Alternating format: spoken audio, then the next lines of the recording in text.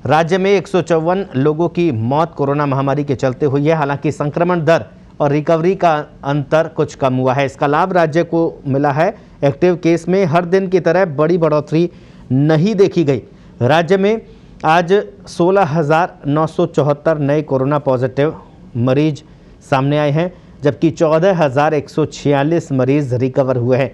ऐसे में अंतर 3,000 के करीब ही रह गया और एक्टिव केस आज 2 लाख का आंकड़ा पार नहीं कर पाए। राज्य में अभी 1,97,045 केस एक्टिव है। एक दिन पहले 3 मई को इनकी संख्या 1,94,371 थी। इसमें ज़्यादा बढ़ोतरी न होने से चिकित्सा विभाग ने राहत की सांस ली है। इससे पहले एक्टिव केस में हर दिन 7,000 मरीजों तक की बढ़ोतरी दर्ज की जा रही थी। प्रदेश में आज 16,000 से ज़्यादा मरीज सामने आए हैं। 16,974 मरीज सामने आए। अजमेर से 510 नए मरीज सामने आए हैं। अलवर में 949 नए मरीज सामने आए हैं। इसी तरह बांसवाड़ा में 121 मरीजों में कोरोना संक्रमण की पुष्टि हुई है। बारां में 784 नए संक्रमित मिले हैं। बाड़मेर में 289 पर यह आंकड़ा रहा। भरतपुर में 148 मरीजों में कोरोना संक्रमण की पुष्टि हुई है। भीलवाड़ा में 505 नए मरीज सामने आए हैं। बीकानेर में 410 मरीजों में कोरोना संक्रमण की पुष्टि हुई है। बूंदी में आंकड़ा 148 पर रहा। इसी तरह चित्तौड़गढ़ की बात करें तो 736 नए मरीज आज सामने आए हैं। चूरू में 332 नए पॉजिटिव सामने आए। दौसा में 353 कोरोना संक्रमित मिले हैं। धौलपुर में 267 पर यह आंकड़ा रहा।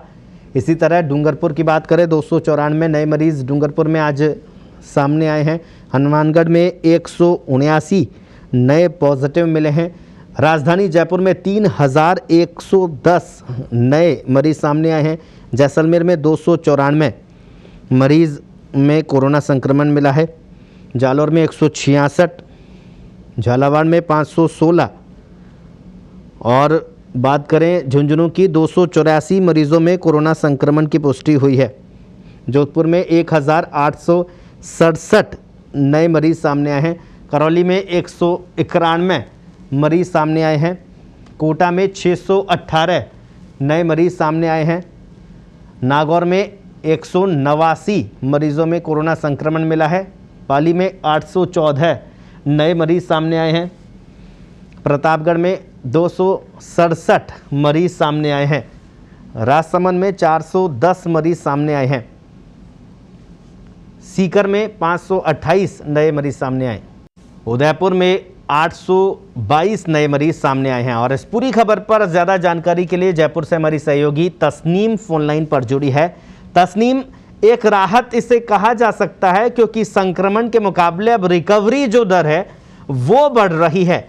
किस तरह से अब, क्योंकि क्या माना जाए अब पीक जो है वो अब कम हो रहा है?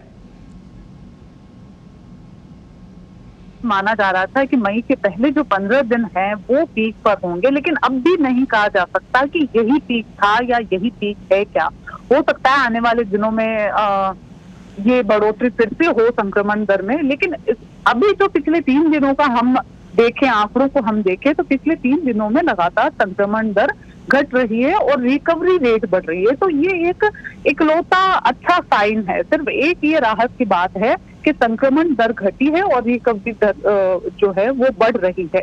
बाकी मौतें जो है उनमें किसी तरह की कमी यहाँ पर नहीं आ रही है। मौतें लगातार 150 से ज्यादा राजस्थान में हो रही है। तो वहां मौतों को लेकर अभी भी हम कोरोना संक्रमण का कह सकते हैं कि इस दूसरी लहर जो है ये ज्यादा खतरनाक साबित हो रही है। अब तक भी ये ज्यादा खतरनाक साबित हो रही है क्योंकि मौतों की संख्या में किसी तरह की कोई कमी नहीं आई है। आज हम ये कह सकते हैं कि संक्रमण दर और रिकवरी दर में जो अंतर था, बड़ा अंतर इन दिनों देखा जा रहा था। 5,000 से लेकर 7,000 तक का अंतर था कि 5 से 7,000 का अंतर रिकवरी रेट और संक्रमण दर में देखा जा रहा था। जितने मरीज संक्रमित हो रहे थे रिकवरी रेट उसकी तुलना में आधी भी नहीं थी। इस वजह से एक्टिव केस लगातार बढ़ते गए और माना जा रहा था कि आज ये 2 लाख तक पहुंच सकते थे अगर रिकवरी रेट। आज 14,000 से ज्यादा लोग जो है वो रिकवर हुए, जबकि कल तक 11,000 थे ये। इन लोगों की संख्या। तस्नीम, तो लेकिन जिस तरह जी तस्नीम, लेकिन सवाल यहाँ पर यह भी है, क्योंकि कुछ खबरें ऐसी भी आ रही है, क्योंकि जिस तरह से संक्रमण बढ़ रहा है उसके बाद इस तरह की खबरें भी सामने आ रही है कि सरकार ने टेस्टिंग फिलहाल रोक दी है। इसमें कितनी सच्चाई है? क्योंकि टेस्टिंग रुकेगी तो स्वाभाविक बात है कि मरीज मिलना कम हो जाएंगे। बिल्कुल, जो टेस्टिंग सरकारी आंकड़ों के मुताबिक टेस्टिंग हर रोज 40,000 के आसपास अब भी हो रही है। लेकिन अगर हम जो लोग टेस्ट करवाते हैं उन लोगों की हम बात करें तो कई लोगों ने इस बात की शिकायत की है कि 24 घंटे में मिलने वाली रिपोर्ट उनको 4-4 दिन तक नहीं मिल पा रही है। तो यहाँ ऐसा भी लग रहा है कि कहीं ना कहीं रिपोर्ट को रोका जा रहा है।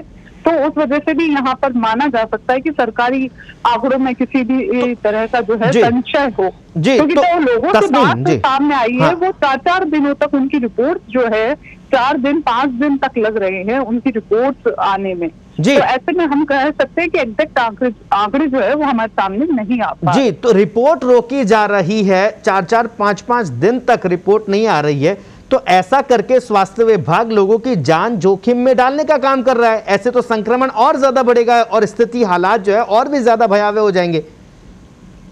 बिल्कुल बिल्कुल, अगर ऐसी वाकई में स्थिति है तो स्थिति और ज्यादा खराब होने जा रही है, क्योंकि अगर 4-5 दिनों तक किसी की रिपोर्ट नहीं आ रही है तो और ये निश्चित सी बात है कि संक्रमित व्यक्ति उसे लेकर गंभीर नहीं होगा।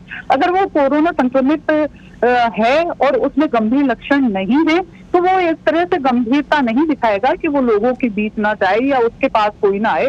तो रिपोर्ट जो 24 घंटे में मोबाइल पर अपडेट आ जाया करती थी, उसके लिए रिपोर्ट लेने जाने की जरूरत नहीं रही ना। आती है डाक से सीधे आपके मोबाइल नंबर पर आ जाता है कि आप पॉजिटिव हैं या नेगेटिव हैं। तो ये रिपोर्ट जारी करने में भी अगर चिकित्सा विभाग 4 से 5 दिन ले रहा है तो ये गंभीर बात हो सकती है आने वाले समय में। जी।